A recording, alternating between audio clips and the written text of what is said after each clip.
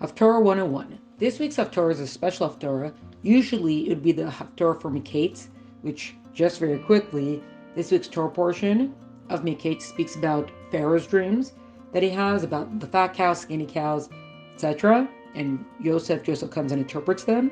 So the regular Haftorah is about how King Solomon, had a dream about God said, well, what can I bless you with? What can I give you? And he asked for wisdom, that whole thing.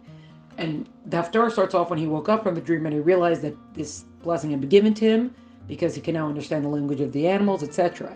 And then it actually goes into the story about how two prostitutes come before King Solomon and they have one baby, and each one is like, so we live in the same house. We both had babies, I think 3 days apart.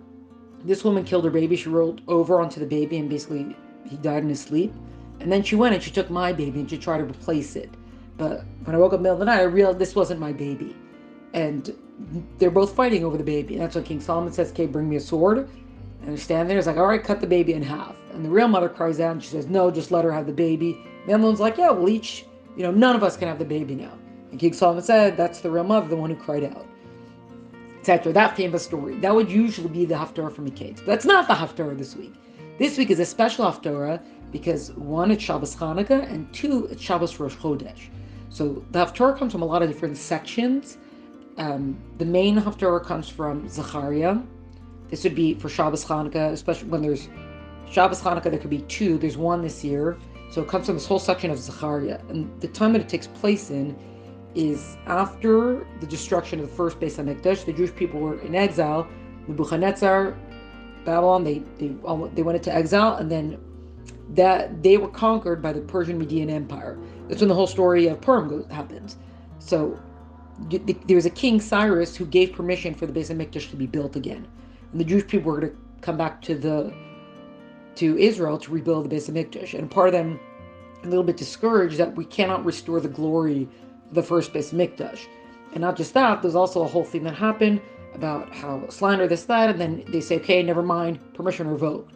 And it wasn't until King Darius allowed them to actually complete the project, basically. So Zechariah, who's a prophet, is trying to encourage them, and part of the prophecy he's saying is for now, but it's also a prophecy of Messianic times, where he's saying, sing and rejoice, daughters of Zion, let's get this going, don't lose hope, keep up, be encouraged, and we're going to have a beautiful Beis Hamikdash. And he speaks about how someone who's named Yoshua, who was a high priest, and Satan, the Satan, is standing ready to accuse him. And God says, how can you accuse him? I plucked him from the fire. And it says that Nebuchadnezzar tried to throw him into the furnace. That whole story again, he tried to throw him into the fire, and he survived because he had holy and had merit to survive.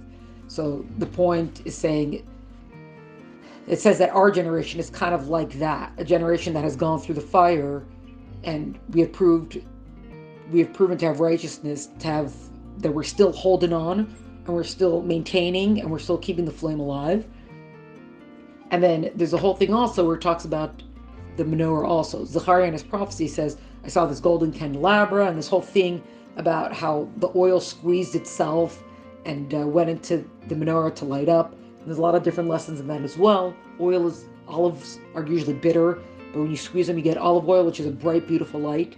So even in the bitterness, we can produce the most beautiful of light. There's also things about how the menorah has different branches, and it represents kind of different pathways of Judaism, or different types of people with their different pathways. Some with love, and some with discipline, etc.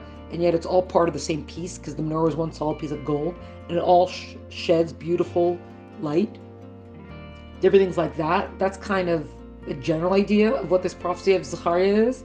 So that's for Shabbos Chanukah. We can see a lot of the connections about why this part of the prophets was chosen for this time. And then there's a second part. It's actually a few sections, like a phrase here, a phrase here, a phrase here from Isaiah. And it talks about Rosh Chodesh, that when there's the new moon and when Shabbos, people should come prostrate themselves as they come bow before God, etc. And then it actually ends off with also a verse here from the book of Samuel, where it talks about how Yehona's son, Jonathan, says to King David, there's going to be peace between our descendants forever, basically. And that is, we just 3 different Haftarahs, even though we're only reading 2 of them, but 3 different Haftarahs